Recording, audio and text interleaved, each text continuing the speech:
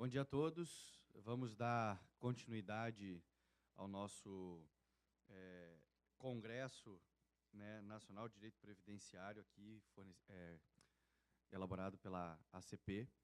Primeiramente, gostaria de agradecer à ACP, na pessoa do Dr. Rodrigo, pelo convite de estar hoje aqui com vocês. E daremos início ao nosso terceiro painel, cujo o tema é extinção do Ministério da Previdência Social, reflexos políticos e administrativos na consecução dos direitos previdenciários. Nossa palestrante é a doutora Ana Paula Fernandes. A doutora Ana Paula, que é conselheira do CARF, Ministério da Fazenda, é professora da pós-graduação em Direito Previdenciário e de cursos de capacitação profissional, também foi ex-conselheira, representante das empresas do CRSS, né, agora com essa nova nomenclatura que a gente tem, e também é mestre em Direito Previdenciário pela PUC do Paraná. Então, passo a palavra para a nossa palestrante. Obrigado. Bom dia a todos. Primeiro, quero expressar o meu prazer de estar aqui. Primeiro, porque sou conselheira dessa casa, a convite do professor Rodrigo, e tenho estado com eles já há algum tempo na nossa Câmara de Trabalho e Previdência, o que é, sem dúvida, sempre motivo de grande aprendizado para mim, porque, com certeza, as pessoas dessa casa sempre têm muito, muito, muito a nos ensinar. Além da história, do período em que eles trabalham dentro da parte do comércio no Paraná. E, além de tudo, porque eu tenho um viés empresarial, porque trabalho, né, como conselheira, todas as vezes que participei de conselhos administrativos, sempre representante da empresa. E, além de tudo, acima de tudo, na verdade, porque vejo aqui muitos rostos conhecidos, né? A grande maioria, inclusive, ou são meus colegas da Comissão de Direito Previdenciário do Paraná, ou são meus alunos. E os que não são, com certeza, são colegas dessa luta que nós temos no direito previdenciário. Hoje me encontro no CARF, trabalho mais na área tributária, inclusive, mas a minha vinculação e meu coração sempre vão ser da advocacia previdenciária. Eu sempre brinco, eu saí da advocacia, mas a advocacia não sai de mim, para ela devo voltar um dia. Mas, continuando aqui no meu tema, Dr. Rodrigo, na época em que idealizou o seminário, disse que eu podia escolher o tema. Eu acho que isso aconteceu mais ou menos em meados de maio. E foi exatamente na época em que começaram, né, em que a gente teve ali algumas alterações, a extinção do Ministério, a criação, o desmembramento de alguns órgãos do Ministério para um Ministério, depois para outro, depois a parte da assistência foi para a Casa Civil. Então, todas essas questões trouxeram aí uma grande estranheza para os profissionais do direito previdenciário.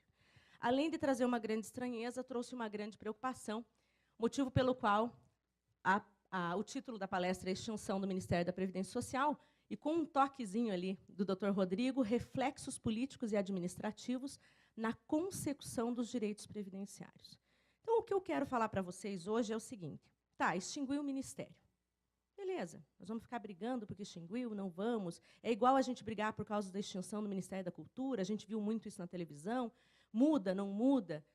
Então, eu peço a todos que a gente vai partir de um pressuposto de fazer uma análise aonde está inserido o Ministério da Previdência, o que ele significa. E, afinal de contas, a Previdência Social no Brasil, ela é tão menos ou mais importante do que a cultura? Ou é igual? Um exemplo, porque foi um ministério que voltou. Então, o que eu quero mostrar para vocês é o seguinte. Se uma classe artística consegue fazer um ministério voltar, eu pergunto para vocês por que nós, que somos uma classe jurídica, não conseguimos fazer com que o Ministério volte e seja empoderado. Mas, acima de tudo, para a gente partir para essa discussão, a gente precisa saber por que o Ministério é importante. E fico muito feliz, tem alunos da graduação aqui também, porque, assim, se essa luta é uma luta da advocacia que hoje atua, essa luta é de vocês, que, em breve momento, estarão no nosso lugar, fazendo o papel da advocacia combativa. E a importância, então, é a gente saber por que eu preciso de um órgão autônomo, por que eu preciso de um ministério autônomo para tratar dos direitos previdenciários dentro do Brasil. Então, eu vou partir, se eu conseguir usar aqui o negócio, deu certo? Então, o meu primeiro slide ali, ele vem falando da indignação, e foi mais ou menos já o que eu disse, que é o fato do Ministério da Previdência ser relegado a um segundo, como que eu posso dizer, a uma posição secundária. Então, o Ministério da Previdência ele deixa de ser um ministério. No final do ano passado, nós já tínhamos sido surpreendidos por uma medida do antigo governo, né? Antigo governo ainda não, mas o governo que está em análise, quando o Ministério da Previdência passou a se agregar com o Ministério do Trabalho. E ali várias questões surgiram. Afinal, trabalho e previdência andam juntos? Ou será que tributário e previdência andam juntos? E aí surge essa dúvida que é originária, ou seja, a dúvida que nós sempre tivemos, afinal, previdência é um ramo autônomo do direito? Ou ela está ligada ao trabalho, está ligada ao tributário? Será que, quando eu falo de previdência, eu preciso ter esteio em outras áreas do direito? Ou será que a Constituição Federal primou por tornar ela um ramo totalmente autônomo do direito? E essa é uma reflexão que eu tenho que fazer quando eu penso na necessidade de um ministério próprio. Afinal de contas, qual é a importância da Previdência Social dentro do nosso Estado democrático de direito? E aí a gente tem que fazer isso partindo de um pressuposto do quê? Da organização e estrutura constitucional. Qual que é o panorama atual? Só para a gente entender qual é a situação que nós temos hoje. Então, eu tenho a Previdência, eu coloquei aqui só os que mais interessam. Previdência Social e Dataprev. Previdência Social, eu digo por quê? Porque a Secretaria de Previdência, o antigo ministério, aquele que trata das pastas maiores de Previdência Social, foram direcionados ao Ministério da Fazenda. E a Dataprev, que é o órgão responsável por todo o gerenciamento de informática, foi direcionado junto. Já o INSS, que é o gestor da Previdência, ou seja, o Ministério da Previdência não é ele quem gere, ele coloca uma administração pública indireta para que faça às vezes, e ele vai fazer o quê? Análise e concessão de benefícios. Esse gestor e o seu controle de legalidade, quem que é o seu controle de legalidade? O Conselho de Recursos, hoje CRSS do Seguro Social. Então, eu jogo para o Ministério do Desenvolvimento Social e Agrário o gestor da Previdência, e, além do gestor da Previdência, aquele que controla a sua legalidade. Isso foi corrigido em maio, né? Temos que lembrar que a primeira redação colocou o INSS no Ministério do Desenvolvimento Social e o controle de legalidade, ou seja, os recursos dele, no Ministério da Fazenda. O que demonstra, não é uma crítica vazia, mas o que demonstra aqui uma total, né, incompatibilidade de funções e talvez desconhecimento de quem fez essas alterações, porque colocou o órgão que gere e o órgão de recursos em ministérios separados. O que eu não preciso nem dizer para vocês que geraria aí várias condições complicadas de hierarquia funcional entre esses órgãos. E a assistência social? A assistência social, que há muito tempo vinha sendo gerida pela INSS, ou seja, o INSS fazia essa gestão, aproveitando a capilaridade de suas agências e todo o pessoal que ele tem disponível, foi jogado para a Casa Civil. Sem muitas explicações, a assistência social passou a ser tratada pela Casa Civil. E a saúde, né, continuou no Ministério da Saúde. Ou seja, do ramo Seguridade Social que eu tenho, e a Seguridade engloba previdência, assistência e saúde, o único que se manteve com o Ministério próprio foi o Ministério da Saúde. Enquanto previdência e assistência foram partidos em vários pedaços, alocados em vários ministérios, Casa Civil e outras pastas e secretarias do governo. Porque se a gente for olhar o diário minuciosamente, houve um partilhamento completo, porque o Ministério da Previdência tinha mais de 25 estruturas.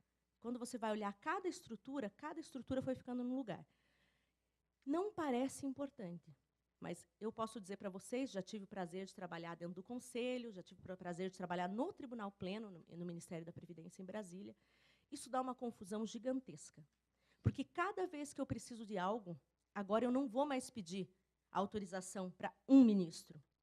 Eu preciso que 3 se manifestem. Eu preciso que mais pessoas dentro dessa equação autorizem, participem, concedam, o que torna tudo mais burocrático e muito mais lento, sem dúvida nenhuma, dificultando a consecução do direito previdenciário, que é o objetivo dessas entidades. Mas, então, aí eu digo, né, tais alterações elas colocam em dúvida seriamente se os operadores de tais mudanças conhecem a real importância dos 3 institutos que eu considero os principais. Ou seja, o Conselho de Recursos do Seguro Social, o Conselho Nacional da Previdência Social e a própria importância do direito previdenciário. Não tenho como falar de direito previdenciário sem pensar no gestor. Quem é o gestor? INSS. Não tenho como falar dele sem pensar nele. Eu não tenho como falar de previdência sem pensar em quem concede benefícios. Não é verdade? Então, é claro, é importante que nós tenhamos uma secretaria da Previdência dentro lá do Ministério da Fazenda.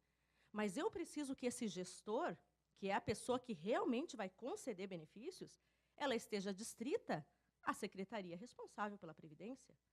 É impossível visualizar na prática uma atuação separada. E o que a gente vê é que, na verdade, na prática, nada mudou. Então, eu estou sempre em Brasília, estou sempre lá, está tudo igual. Ou seja, assim, nós fizemos uma mudança toda administrativa, não houve mudança física nenhuma, mas agora, para conseguir a mesma coisa que eu precisava para conseguir antes, eu preciso de inúmeras outras autorizações, eu preciso de portarias conjuntas agora. Se antes eu tinha uma portaria conjunta para resolver uma portaria única para resolver um problema, agora eu preciso de uma portaria conjunta dos ministérios.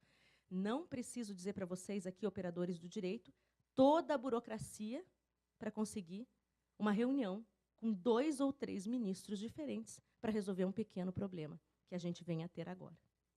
Então, o que isso leva a gente a pensar? Leva a pensar de que estamos esquecendo do que nós estamos tratando. E eu vou lembrar aqui, embora a maioria de vocês eu tenho certeza que já sabe, mas considerando os nossos graduandos também, quando eu falo de direito previdenciário, eu estou falando do quê? Afinal, do que isso se trata? Isso se trata do quê? De proteção ao risco social. Peraí, eu estou falando de proteção ao risco social, mas eu coloco como menor importância, eu divido, eu separo, eu torno mais burocrático. Pera, mas não tem uma inversão de valores nisso? Acho que tem uma inversão de valores muito grande. Então, assim, eu estou preocupada com a cultura. Eu não vou dizer para vocês que cultura não é importante. Mas um país que não tem previdência, não consigo imaginar que consiga ter cultura. Porque previdência é a proteção maior do risco social aos quais as pessoas estão aí totalmente à mercê na situação que nós vivemos hoje, numa economia que nós vivemos hoje. O mínimo que a pessoa precisa é de proteção ao risco social. E de onde a gente tira essa proteção ao risco social? Opa, não bati em nada.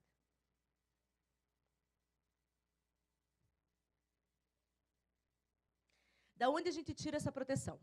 De 2 lugares. Primeiro, eu vou elencar esses direitos previdenciários como direitos fundamentais e como direitos humanos. Por que eles são direitos fundamentais e por que eles são direitos humanos? E usando aqui a nomenclatura de José Afonso da Silva, direitos humanos fundamentais são os direitos mais importantes da nossa Constituição. Porque, além de estarem previstos como direitos e garantias fundamentais da nossa Constituição Federal, eles ainda vêm elencados nos tratados internacionais dos quais o Brasil faz parte. Então, ali ficou meio pequeno, mas eu vou ler para vocês, só para ter uma ideia onde a gente encontra a importância. Nós não estamos brincando de direito previdenciário. O direito previdenciário está no texto constitucional.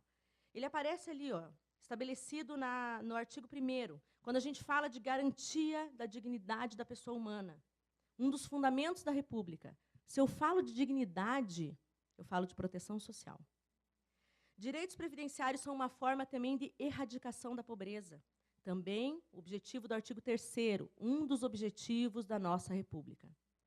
Direito previdenciário, por exemplo, no âmbito do direito internacional. Então, nós vamos colocar aqui que o artigo 4º da Constituição fala, princípio, prevalência dos direitos humanos. Inúmeros acordos internacionais que nós podemos citar a proteção previdenciária. E ainda, direito previdenciário tem alcance constitucional como garantia individual. Aonde está isso?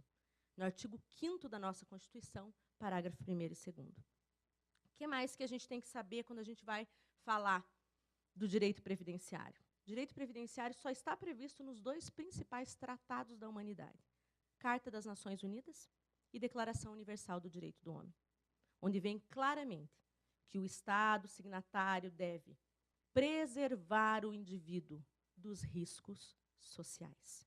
Quem preserva o indivíduo do risco social? Direito previdenciário. Não preciso nem dizer, lembrar que as normas advindas de tratados internacionais, elas se inserem no nosso ordenamento jurídico com status do quê? De norma constitucional. Aonde mais eu encontro o direito previdenciário? Então, esse ministério que foi extinto como se não fosse nada, como se não fosse importante, como se fosse apenas um dispêndio de verba, ou seja, o governo está com muito custo, cancela o Ministério da Previdência. Esse ministério que não é importante, ele está incluso na nossa Constituição Federal, lá no título da ordem social, no capítulo da Seguridade Social, na seção Previdência Social, artigo 201. Ou seja, na organização do Estado brasileiro está previsto a Previdência Social. Mais que isso, o artigo 6º, também considerado uma garantia fundamental, são direitos sociais à educação, à saúde, à alimentação, o trabalho, a moradia, o transporte, o lazer, a segurança, a previdência social, a proteção à maternidade, à infância, a assistência aos desamparados, na forma dessa Constituição. Eu estou sendo repetitiva, mas é só para a gente ver que nosso argumento, eu não preciso ficar discutindo se o Ministério da Previdência é ou não é importante, eu preciso saber que foi a Constituição Federal do Brasil que elencou a Previdência Social como estrutura da ordem social desse Estado democrático de direito. É isso que eu tenho que saber. É isso que eu tenho que saber, é isso que eu tenho que propagar, e é isso que eu preciso defender. E isso que nós, juntos, e toda a comunidade jurídica, precisa defender. Nós não podemos nos calar com a falta de autonomia desse ministério. Mais ainda, só para a gente firmar esse conceito, prometo que é a última vez que eu mostro a Previdência Social na Constituição Federal. Ela está ali elencada no artigo 7º, com muita categoria. São direitos dos trabalhadores urbanos e rurais, além de outros, que visem a melhoria da sua condição social. Salário e família, licença gestante, licença paternidade, que são alguns dos nossos controles de risco social. E ali, muito bonito, no 24, aposentadoria. Que maior proteção previdenciária prevista no artigo 7º da Constituição Federal do que a aposentadoria. E essa importância, ela não se dá só porque está na Constituição Federal. Essa importância, ela se dá porque quando eu olho para o nosso cenário brasileiro, eu vejo que a Previdência Social é a política pública mais importante de proteção social.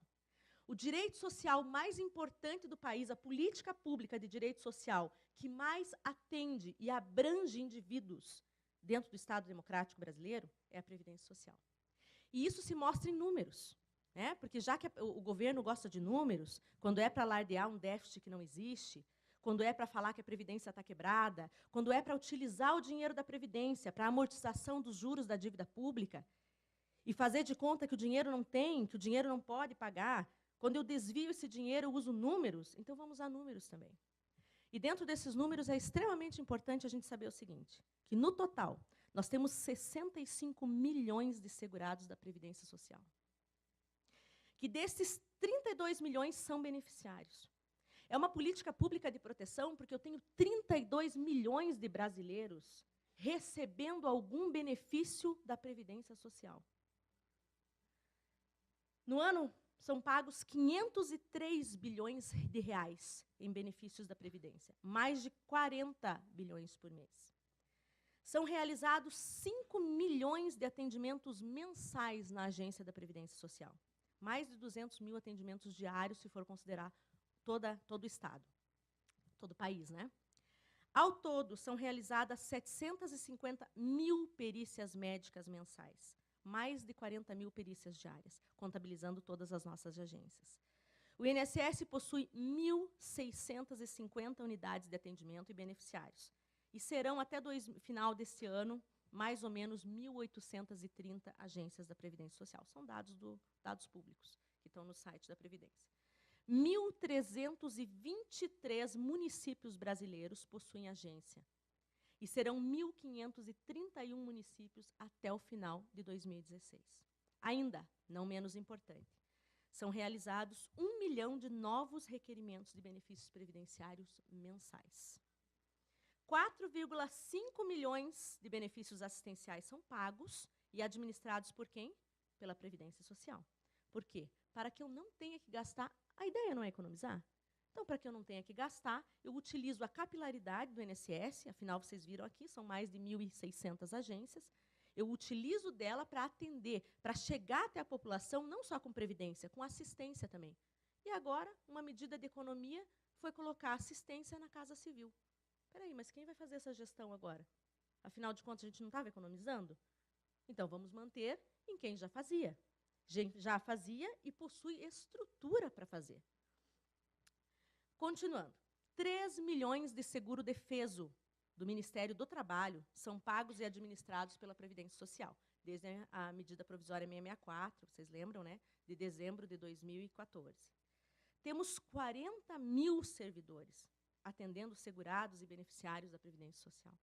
São 40 mil servidores que hoje não possuem mais uma unidade ministerial própria a qual estão dotadas. Então, isso é só para a gente compreender. Eu tenho servidores que foram remanejados para o Ministério do Desenvolvimento Social, servidores que foram manejados para o Ministério da Fazenda, que tenho certeza se sentem numa situação de total insegurança e desrespeito. Porque eu tenho certeza que eles não sabem até agora como está a situação deles e para quem eles estão lotados. Porque eu não tenho dúvida que não foi dado a eles nenhum tipo de satisfação do que está acontecendo com eles. Não tenho dúvida. Isso tudo, esses números, eles são para causar em nós indignação. Porque todos esses números que eu mostrei para vocês hoje não têm direito ou não têm importância nem relevância social suficiente para ter um ministério próprio e autônomo que cuide dessas pastas. Então, isso tem que nos causar indignação. Isso tem que nos causar indignação porque nós estamos falando da vida das pessoas.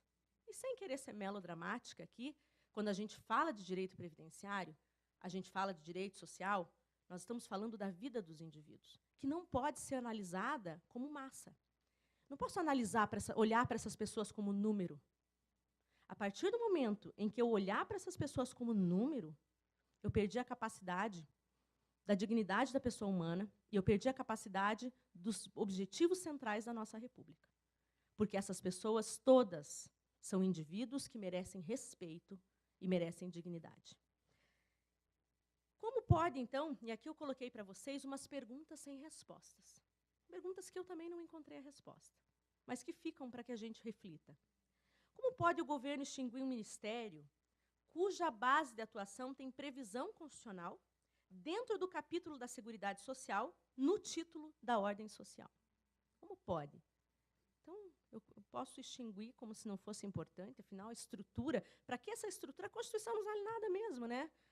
O nosso governo emenda, remenda, costura.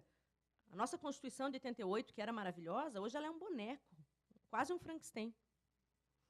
Como pode o governo, segunda pergunta, extinguir um ministério cuja arrecadação corresponde ao equivalente a 21,76% do PIB brasileiro?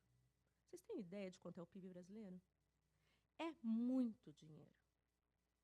E toda a arrecadação previdenciária equivale a 21,76% do montante do PIB. Só para fazer uma comparação. Nós estamos falando de dinheiro suficiente para fazer a amortização dos juros da dívida pública. Mas eu nem vou entrar aqui em juros, senão vou fugir muito do meu tema, o doutor Rodrigo vai puxar minha orelha, que eu adoro esse tema.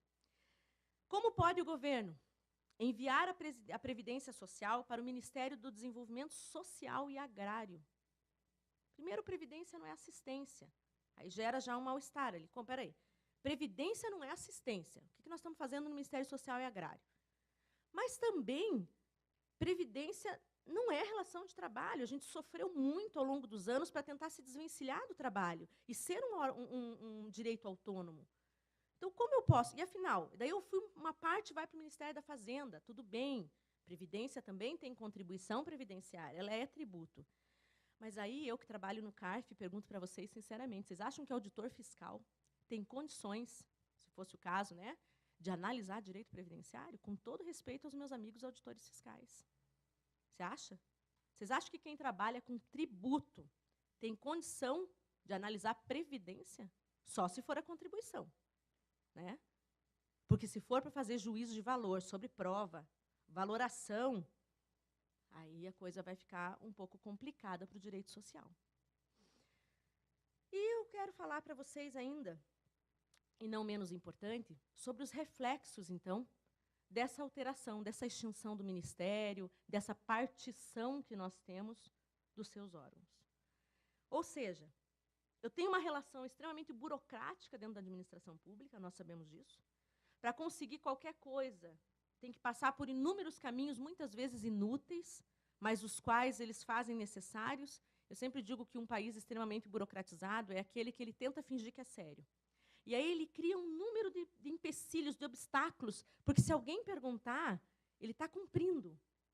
E ninguém consegue cumprir, porque é tanta coisa, e daí um sistema impede que você consiga fazer o outro. E aquilo vai tornando tão difícil, mas a resposta sempre é, não, é que a pessoa não cumpriu os requisitos. Porque daí você coloca requisitos impossíveis, né? E fica cada vez mais difícil de você conseguir conciliar as políticas, a tentativa dos sindicatos, das confederações, de negociar com o CRPS, que agora é CRSS. Então, essa diversidade de ministérios envolvidos, eu trago um exemplo para vocês para ser um pouco mais objetiva. O exemplo da DataPrev. O que faz a DataPrev? O presidente da Câmara está aqui, doutor Heraldo. DataPrev de extrema importância para... Não tem como eu conceder um benefício, não tem como eu acessar uma informação, tirando o Prisma e o Safira. Nós temos o principal, que são todos geridos pela DataPrev.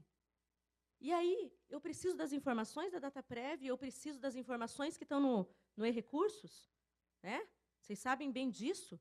O e-recurso funcionava maravilhosamente bem quando era do CRPS, foi transferido para a DataPrev, virou um caos na vida do servidor. Às vezes a gente fala mal do servidor, mas o servidor também está vivendo um caos. Ele tenta acessar, não consegue, ele começa a fazer, cai.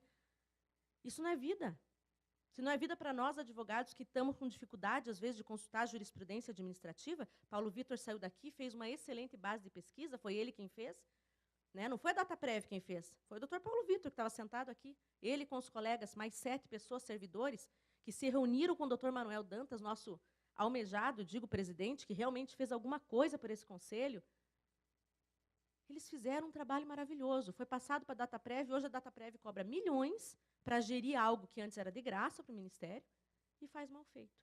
Agora, vocês imaginem ela estando no Ministério da Fazenda, o INSS estando no Ministério da Previdência. Que ingerência tem o presidente do INSS ou que ingerência tem o presidente do Conselho para ligar para a DataPrev e pedir para fazer funcionar o sistema? Eles estão em ministérios diferentes. Você me dá a minha arma para eu trabalhar, mas você não está subordinado nem a mim e nem ao meu chefe. Gente, isso não tem lógica.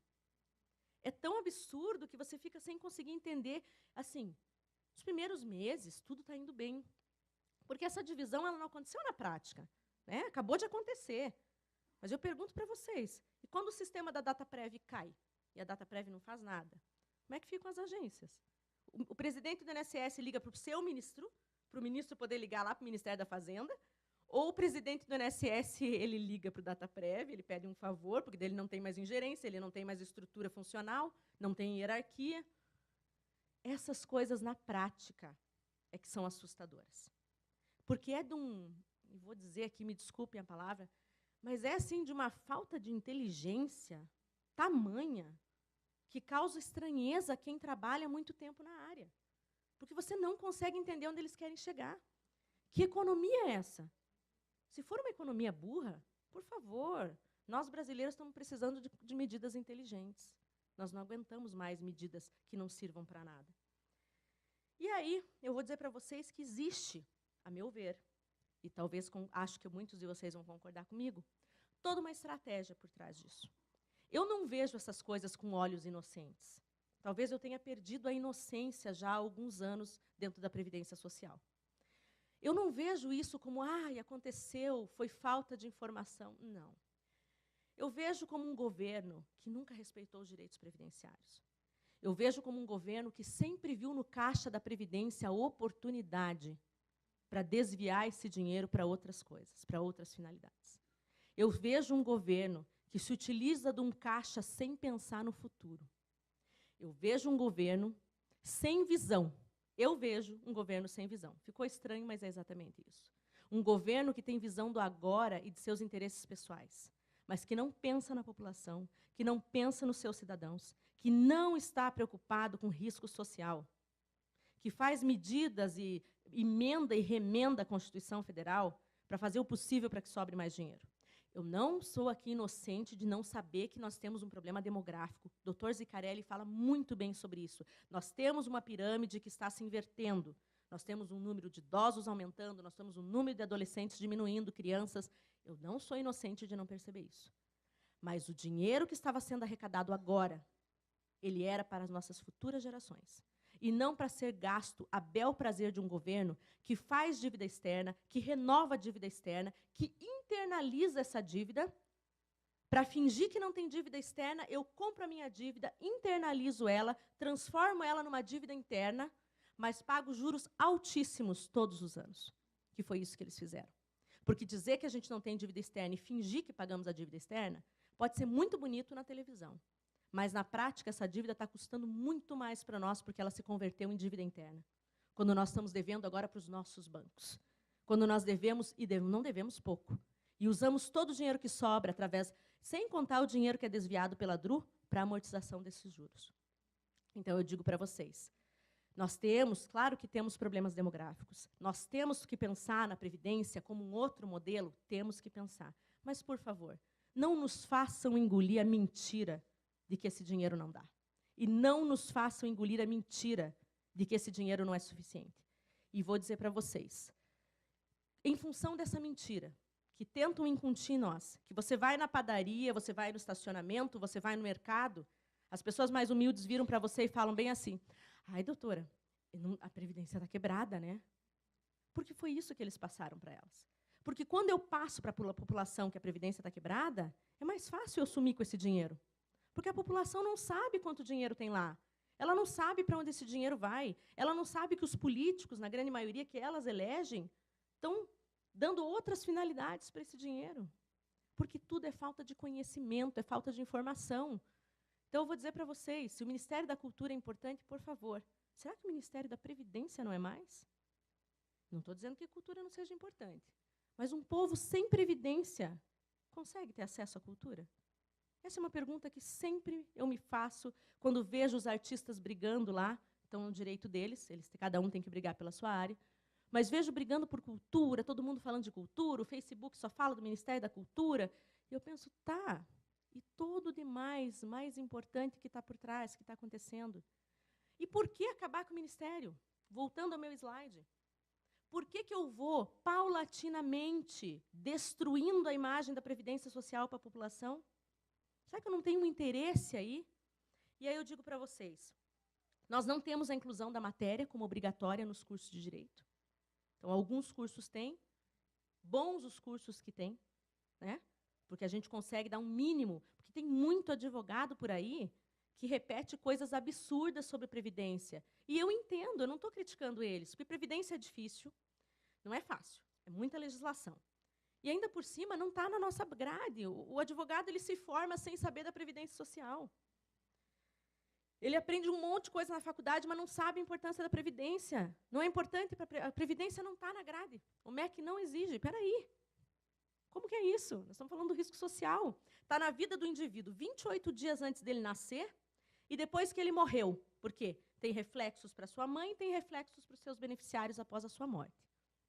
Poxa, será que direito previdenciário não é importante na nossa vida? Se vocês saírem daqui, aqueles que são da graduação, porque os colegas tenho certeza que já pensam como eu, se os da graduação saírem daqui entendendo a importância do direito previdenciário, vou dizer para vocês que a minha vinda já valeu a pena. E mais que isso, o que a gente vê acontecendo? Falta de investimento na estrutura administrativa. Nós vemos os prédios do INSS totalmente abandonados. Várias vezes eu fui para o conselho, a gente algumas vezes teve que comprar água, tivemos problemas porque o governo esqueceu. Ele abandonou essas pessoas. Quando eu critico um servidor, eu fico chateada porque eu tenho bons amigos servidores. Sabe quando que eles receberam um treinamento? Nunca. Lá de vez em quando. Eles não recebem incentivos, não recebem treinamentos, não recebem melhorias. Com exceção, até que eu vou dizer que o CRPS ainda, antes de ser CRSS, teve uma reunião há pouco tempo, muito boa, de ótima qualidade.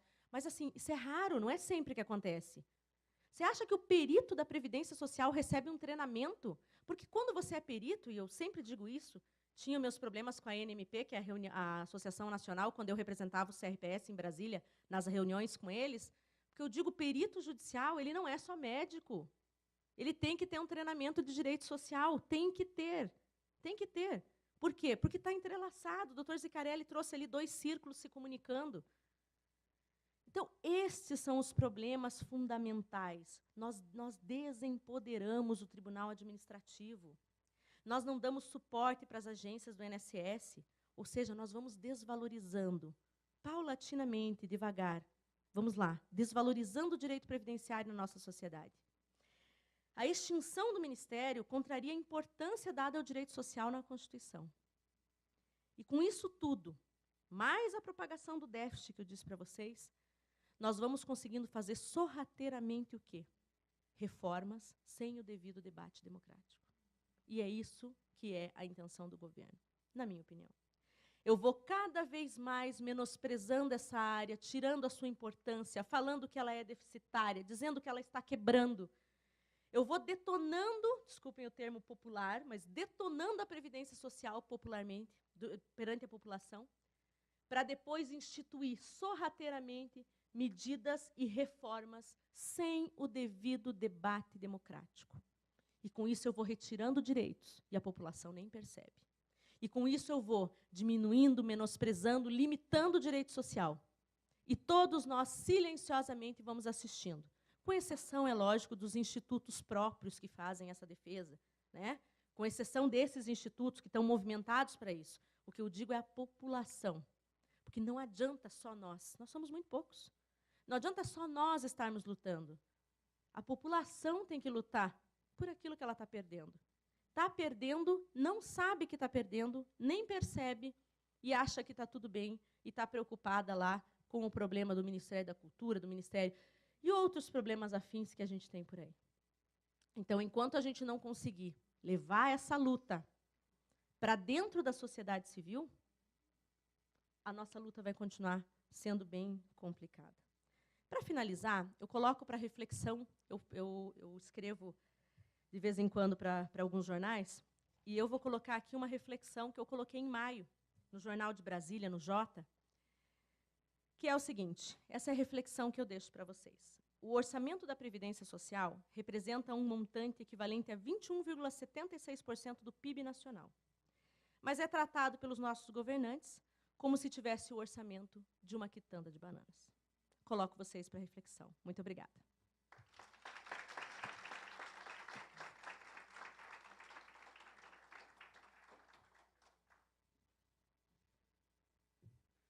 Obrigado, doutora Ana Paula. Acho que todos vão sair daqui mais conscientes de que direito previdenciário tem as suas lutas, nós conhecemos as dificuldades, uma matéria, como você muito bem colocou, que sequer é defendida, protegida ou tem a importância devida no meio acadêmico. Lutamos todos os dias para que o direito previdenciário tenha o reconhecimento que lhe é devido. E quando conseguimos uma certa notoriedade, o que conseguimos é que o Ministério seja extinto, que o seu conselho administrativo perca a sua identidade e que a matéria não encontre o debate necessário dentro da sociedade. O que temos é uma ideia de que o sistema está falido, está caindo, ruindo, e de que as futuras gerações sequer vão conseguir alcançar esse direito. Quando você consegue incutir isso na população, fica muito mais fácil fazer o que você bem entender com a maior receita do PIB. A Previdência Social arrecada mais do que imposto de renda. A Receita Social arrecada mais do que PIS, COFINS e outras fontes de arrecadação do governo. Então, é óbvio que não é por acaso que essas coisas acontecem. Doutora, muito obrigado. Maravilhosa a sua exposição. E fica aberto agora para que sejam feitas as perguntas. Só levantem a mão, o pessoal da organização leva o microfone até vocês.